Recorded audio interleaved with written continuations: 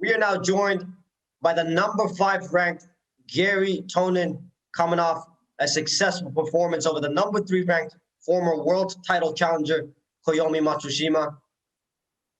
Garry, congratulations on an incredible performance. How are you feeling right now? Thanks so much, man. Yeah, how do you like my new nose job that I just got? Hey, place to that WWE look. I think if you jump in right now, you're right there. Yeah, man, dude. I had a great time, man. I'm really excited about the performance. I didn't get the, a submission or a TKO finish or anything like that, but it's my first time back in the cage in about a year and a half or so, and it's taken a little bit to get comfortable again. Got hit pretty hard in the nose, and I did what I needed to do to win, and I felt like I had a pretty dominant performance all 3 rounds, regardless. So. I'm happy I got back in there, and man, it was exciting, and I'm elated right now. I'm the happiest I've been all week, that's for sure. Now, you spoke about wanting to test yourself and really build yourself to that journey en route to the title. This one was your toughest test so far. Were you surprised by Matsushima's preparation at all? Oh, I wasn't surprised. Like I looked at him as a very tough fight from the onset. The guy's super explosive. He's got a really interesting style. He has an ability to wrestle along with some really interesting, striking that he brings to the table, like a very weird, like in and out kind of karate style. You saw that in the fight. Like he kind of like loaded up, stayed really low. And that's kind of the style that he plays. And it was interesting. He did a good job countering some of the grappling exchanges and getting away from some leg locks. And I felt like he did everything in there for the most part that I would have expected, and it was a great fight, and it was easily my toughest test yet. So, yeah, good stuff. Sorry, quick detour. To all the media joining us, don't forget that if you want to ask questions to Garry, you need to send in your questions to the Zoom chat box and direct it to the host, Tammy Chan. I will read your questions out loud to Garry. Man, you were relentless with the takedowns. Once you got it to the ground, you were able to dominate positionally. Matsushima, though, was really there with you with defense. Were you surprised at all that you weren't able to submit him in the first round? You got him real deep with the rear naked choke. Yeah, I was real close with the first submission attempt. There was at one point in time where I had the hand almost locked in behind because the hard thing about the gloves is like that second hand that comes through behind the head that you normally can easily get through in jiu-jitsu. So you have the one arm around the neck, and then this one in jiu-jitsu, for the most part, if this comes across the shoulder, I mean, this slides right behind the back of the head. With the gloves on, you have extra padding here, plus the extra padding on the opposite glove. So as you go to try to squeeze this behind somebody's head, it's kind of tough. That's why often you see like finishes where guys kind of like have the top of the head. But anybody that's experienced like Matsushima, like as soon as your hand slides to the top of the head, they just grab that hand and pull it down over your face. So he did a great job with hand control. It's a tough thing. He did everything that he needed to do to not get submitted in those situations. And I felt like there's certain things that maybe I could have done better, or maybe I could have switched a little earlier to deciding to mount him like I did towards the end of the round, to do some damage instead of just being on the back. But again, still felt like I dominated, still felt like I had him under a lot of stress and threat. But as far as like, how he managed to defend submission attempts, he did a great job. I don't think surprise to me is the wrong word, because I thought he was going to be a very tough opponent. I didn't look at this fight thinking this is going to be some easy challenge and this guy wasn't good or anything like that. Like, he looked like a really challenging, knowledgeable opponent. So this is kind of what I expected. I expected a tough, hard fight. In the second round, Matsushima came out. Well, most of the beginnings of the round, he was able to use that movement and stay outside that karate movement that we were talking about, keeping that good range. But in the second round, once you got him down, you were able to get into the backpack position, trapped one of his arms with your hooks. How confident were you that you were going to finish that one when you got to that position? It's tricky again. So once I trap the arm, it makes it so that it's a little easier for me to access the neck, right? But the problem with trapping the arm is that it immediately makes it so that my level is a little bit higher than my opponent's level. Yep. So when I go to try to finish the strangle, in certain ways, it's a little harder for me to thank you. It's a little harder for me to finish the strangle because his body is a little lower than mine. So when I go to lock, it just doesn't quite fit in correctly. The upside to that is if he pushes himself down low enough, enough, I can go into back triangle sequences. In MMA, it's a little tricky. It's a little bit more slippery. So I was a little bit nervous to go transition to back triangles, thinking that he'd do a quick, twist and turn and maybe slip out. So I didn't really try to force him down. I was hoping maybe he'd bridge into me and I could switch back to the rear naked choke. He kind of played in that middle territory. He never pushed himself too far down, never really bridged far enough up where I could go to grab the rear naked. So, failure on my part, maybe to switch things up into different submission holds. But, at the end of the day too, this is a fight, and, I got to do what I got to do to try to make sure that I maintain control of the guy and make sure that I win this fight. So I'm not really disappointed in my performance there. But yeah, it was, when I had the arm trapped, it makes it easier in some ways and harder in some ways. Anybody that's played in that position, they would kind of know what I'm talking about. Absolutely. This one here is from Fight Game Asia. This question: what's the biggest takeaway in case you do meet Tan Lee next? Biggest takeaways: don't get kneed in my nose. That's anybody that's out there thinking like, yeah, getting kneed in their nose feels like it would be a good time. I'm just here to let you know that's not true. That would suck. I've experienced it. It's not good. No. As far as takeaways for the next fight, man, you know what the biggest thing is just like, I'm so happy that I got that fight in before I got to fight for the title, to be honest.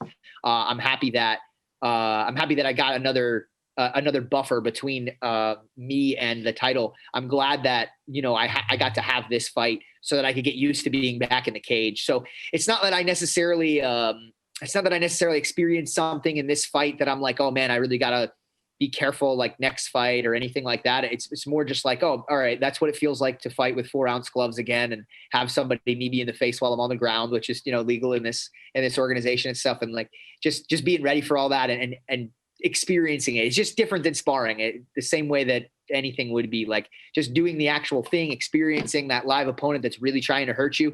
I needed that again. So I'm just glad that I got that before I got that title run.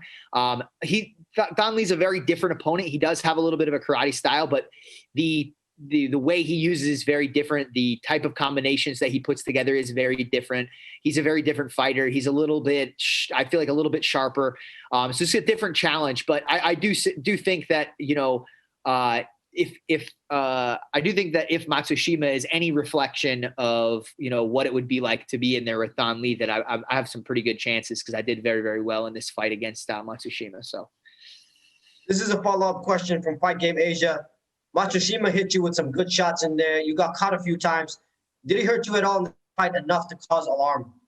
Yeah, for sure. I definitely didn't like getting kneed in the nose. That sucked. I think it happened twice. I think I got two really good knees to the face, and both of those sucked. Made my nose even bigger and fatter than it already normally is. Yeah, I mean, those are hard shots. I definitely got, I was shook up from that. Those are probably in the actual cage, probably as hard as I've ever got hit. Like during sparring, there's been a couple times where I probably got hit harder than that, but like in the actual cage, that was just about as bad as I've ever gotten hit. They were kind of just solo shots though. It's not like I got, teed off on for a whole round or anything like that. I still feel like I pretty much outstruck him for most of the fight anyway. But again, kudos to him. Those were tough shots, and he landed them well, and he did what he needed to do. He was sharp. He was ready to go. When I made my mistakes, or when I paused, or whenever I wasn't doing when I wasn't doing what I was supposed to be doing, he was right on top of me, ready to go, ready to do damage. And he's a great fighter. He did his work. Did a great job. Man, it was a great matchup. Both of you did amazing. This question is from John Brannigan. What does an ideal 2021 look like for Garry Tonon's MMA career? Oh man, ideal 2021 would be like winning both belts, getting the 55-pound and 70-pound title, so featherweight and lightweight title. That would be amazing. I don't know if that's possible within this year, depending upon what one championship has, in store, or how often we're going to be able to fight, depending upon how, the Corona regulations go. But I mean, that would be cool. It all depends, depends on that, depends on, the health of my body too. You never know, injuries and things like that. But that's what I would love to be able to do. At the bare minimum, I want one title, by the end of this year. I think I can make that happen pretty easily, but if I can find a way to make two happen, I mean, that would be a beautiful thing. So, one step at a time, we're coming for that featherweight belt first, but we'd love to make that jump back up to lightweight challenge, or challenge whoever happens to have the title at that point. This question is from Conan Altatis. Between Tan Lee and Christian, who would you like to fight first? Oh, well, I mean, I think it's Christian. I'm assuming you're talking about Christian Lee, correct? Christian Lee. Yeah. Okay, just being sure, because you just said Tan Lee and Christian. I don't know. Not that I know that any other Christians in the division. I don't blame you. You just came out a 3-round bout, man. That's my bad. No, it's cool. So anyway, as far as who I'd like to fight first, well, I just think it makes more sense, considering most of my fights have been in the featherweight division, to fight for the featherweight title and have that fight first. It would be a weird jump to just go from being a contender for the featherweight belt and then just jump right up to fighting for the lightweight belt. Mm-hmm. That would be an odd jump, in my opinion. If they gave me that opportunity for whatever reason, I don't know why. It doesn't seem to make logical sense to me. But if they gave me that opportunity, I would take it. I mean, it's a shot at the title. I mean, I'd go for it. Is it what the sequence of events that I see in my mind? No, I see Tan Lee first. I think that makes the most sense. I mean, that's my actual weight division. A little clarification here. Sorry. Christian is the number 2 ranked featherweight. Yes, he is, but he's fighting at lightweight right now. So that's right. So I'm assuming that question was at featherweight. Oh, okay. I don't see this is okay. So again, in terms of logic, just in my head, I see where you're coming at. But this question was thrown out. That's okay. It's a reasonable question. I'm just saying, in terms of logic, I doubt that Christian Lee would come off of because he's a current title holder at 70 or lightweight. So I doubt that he would come down to featherweight to fight me before I have the title. I could see him doing it after I won the title or something, because then it's, he's a title holder that's fighting for another title. It's rare that you see someone who's a title holder in one division but not a title holder in another jump down to that division and fight someone who's not currently holding the title. Usually you would have his next fight. Champion versus champion. Exactly. You could see him fighting Tan Lee maybe, but the likelihood that he's going to fight me first. I mean, dude, again, if they give me a chance at that fight, I mean, I guess you take it because he's a title holder. Like, why not? But yeah, I'd love that fight. But I don't think it's going to happen. But I think preference is Tan Lee first because he's the title holder. But whatever title shot anybody's willing to give me, that's what I'm looking for right now. 45, 55, whatever it is. Yeah. Go ahead. Go ahead. That's fine. Couple questions here from Fight Game Asia. Do you feel like you need to mix in a bit more ground and pound or actively hunt for striking on the ground as opposed to continually looking for the submission? That's a good question. And I thought about it after my performance as well. Even during the performance, I was thinking about it. I'm on the guy's back and he's holding on to the gloves and I'm like, I'm spending some time here trying to look for the strangle. Maybe I should just do some damage. And you kind of saw me think about it a little bit at one point. I kind of came up to the mounted position and start to throw some elbows. And then he just turned his back again. And I was like, well, may as well just strangle him. I think it could have helped me in multiple ways. One, it could have helped me do more damage. Two, it could have helped open up the submission a little bit more by me maybe turning him over and starting to throw some strikes first. But at the same time, you never know. Like maybe me doing that would have allowed him to slip out and who knows what would have happened during the rest of the round. So it's really hard to say. Would it been more action during the fight? Probably. Maybe it would have led to a more exciting fight for the fans. I'll have to go back, look at the tape, see what I think. But ultimately, I went out there to win that fight. I won the fight and, I'm happy about it. Question again, Fight Game Asia. As a grappler, you're used to competing in gi or in rash guards. Did the sweat build up late in the fight affect your submission game at all? Did it make it difficult for you to land your takedowns and your submissions later? Yeah, it always does. Honestly, I felt like I didn't feel like it played a huge role in this fight. I didn't feel like my opponent was super slippery. I've had opponents, not in one championship particularly, but I've had opponents in grappling matches before that I felt like were greased and things like that. Where I tried to get a hold of them and I really felt like they were exceptionally slippery and it was very difficult to hold on to them. I didn't really feel that a lot in this fight. He just employed decent defense and, did what he needed to do. But I didn't feel like there was a lot of periods of time where I tried to grab a hold of them and like slippage was a major issue. It does change things though. I'll tell you from just like overall perspective, just not speaking specifically about this fight. But just from an overall perspective, when you're grappling without a shirt on, it makes a huge difference. You can even look statistically at matches when two guys don't have shirts on in a grappling match. There's far less submissions that happen. So it's definitely a game changer. It's a part of mixed martial arts that you got to get used to. And towards the end of my fight camps, we do like sparring and stuff like that with no shirt just to simulate it and get used to it. It's definitely a part of it, but I didn't feel like it played a huge role in this particular fight. You spoke a little bit about being critical about going to the striking before looking for the submission. This question here from Brian Yellow. Which part of the fight surprised you about Matsushima? Being out for so long, what areas do you think you have to work on more besides the striking on the ground for the next fight? Interesting. What do I need to work on more? Man,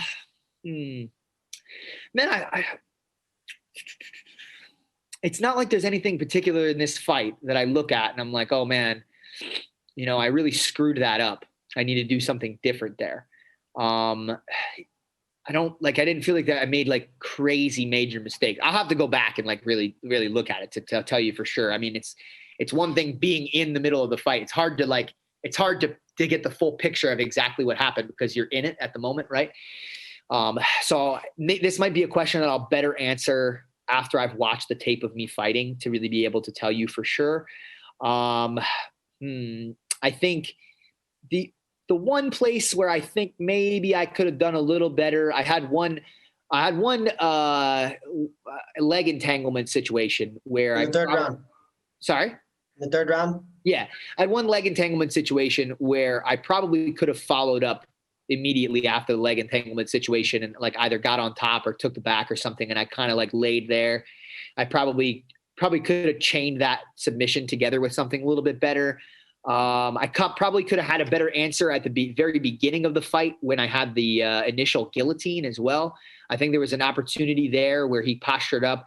I was a little puzzled in my mind as to where I should go with that, as to whether or not I should continue to try to finish the guillotine and bring him to the ground that way, or try to like move to the back. And I opted to kind of try to move to the back and didn't really do it well. So maybe those are the two things that are sticking out to me right now as like kind of problems.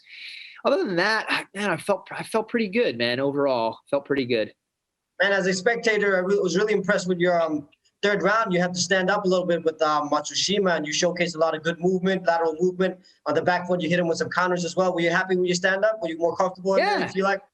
Yeah, I felt really good. Like what that kind of showed me or I guess told me about myself is like, hey man, if you want to spend a round in a standing position and tag somebody as they're trying to come forward, you can do it.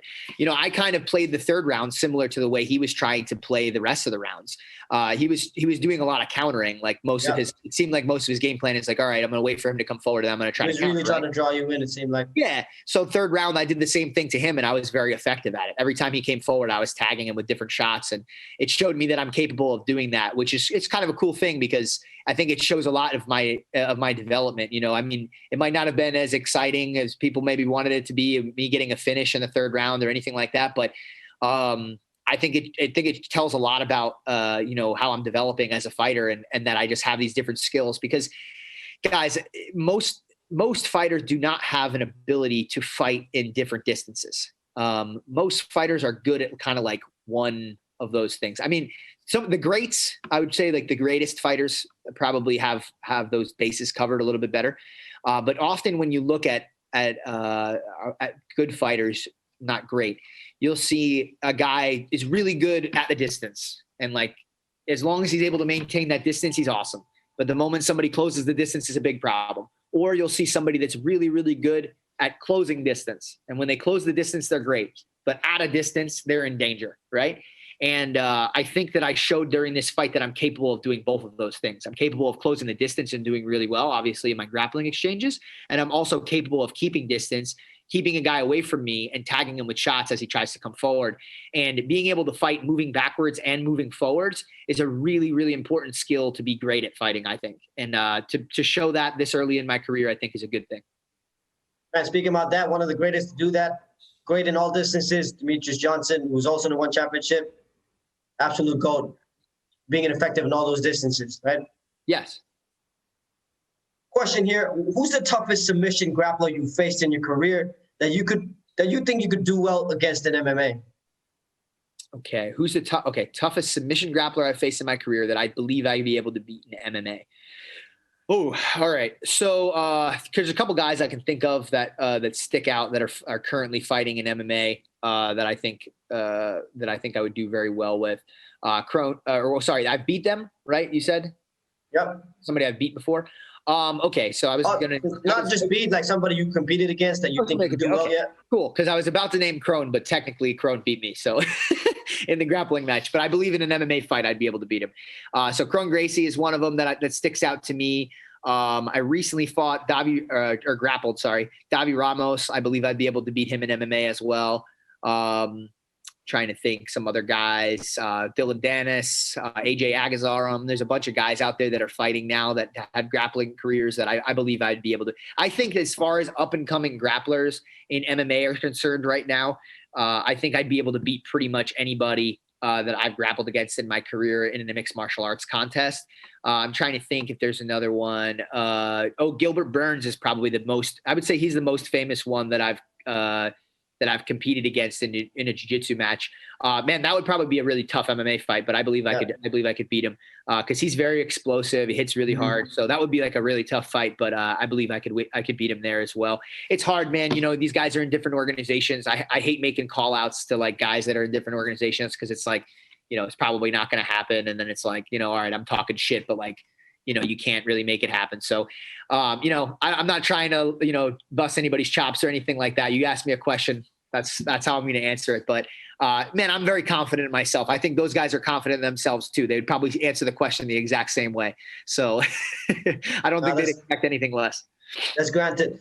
I got two more questions for you. One is that one championship is signing a lot of world champion caliber grapplers into one championship now. You got Yuri Simões, Marcus Buchecha. What's your stance on that? You excited and you're happy about more grapplers transitioning into mixed martial arts? Absolutely, man. I really love, you know, the progression of our sport and guys in our sport transitioning into mixed martial arts. Cause, you know, I think a lot of guys that like start doing jiu-jitsu, like that's in the back of their mind. It was in the back of my mind when I started doing jiu-jitsu. It's like, oh man, I really want to, you know, where does this all fit in the context of fighting? How am I going to use jiu-jitsu in an actual fight? And like, you know, your students want to know those sorts of things because they're, you know, I teach, you know, guys jiu-jitsu. So they want to know those sorts of things, you know, because they're interested in self-defense. And I think it's all very relevant.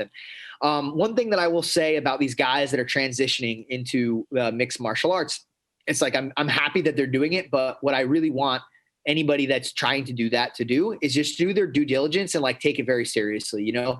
And I don't mean that in like a degrading way. I'm not saying that, like, I think anybody for the most part that fights takes it seriously, but what I mean by that is like really do your homework. Like if you're gonna get out here and fight, like don't just go, oh man, I'm really good at jiu-jitsu. I'm gonna hit the pads a little bit, you know, here and there. I'm going to go to a boxing coach and then I'm going to get out there and fight. Man, are you going to win some fights? I'm sure you will, but dude, you can do so much better than that. Like look at some of the guys that have integrated grappling into mixed martial arts and try to learn from those guys and really study them. Because what I don't like to see is I don't like to see guys try to transition from jiu-jitsu and clearly they don't understand the integration and the difference between using jiu-jitsu in a fight and using jiu-jitsu just in a pure jiu-jitsu match. And, you know, I hate to see somebody who has all the talent, all of the potential to be great in mixed martial arts just come out here and not show it because they haven't filled in those gaps. They haven't learned how to integrate their skills and they just kind of expected like, oh, well, I'm great at jiu-jitsu and I'm going to learn like a little bit of, you know, punching the bag and punching the mitts and, you know, I'm going to do okay out there. You know, it's so much more than that. Like spend some time learning how to shoot box, spend some time learning how to fence wrestle, like do your homework and you're going to have so much better of a chance out here and so much better of a time and so much longer of a career. And that's what I want from these guys, but I'm excited to have more grapplers, you know, in MMA overall. That's the easy answer to your question. Now you've had a long night. We got one more question for you. No Thank you so much for your time. No worries. This one's from Nick of South China Morning Post. Can you explain your promo after the fight? Yeah, I can.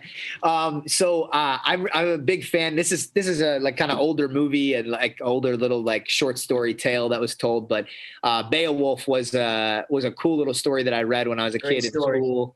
and then they made a movie out of it, which is a little different than what was actually like written down. But anyway, that was like one of the quotes. I don't know if it's also in. I'm assuming it's in both the book and the movie, but I just thought it was like a really cool quote. So I was like, yeah, this sounds like a great thing to say after a fight. So I just tossed that in there. And then obviously the call out at the end, I just wanted to call out Don Lee because I want that title. But I thought it was a cool thing to toss that Beowulf quote in there. I think it's just like a really exciting, like badass thing to say. So I'd have to agree with you. Thank you so much for your time, man. Congratulations again on that victory.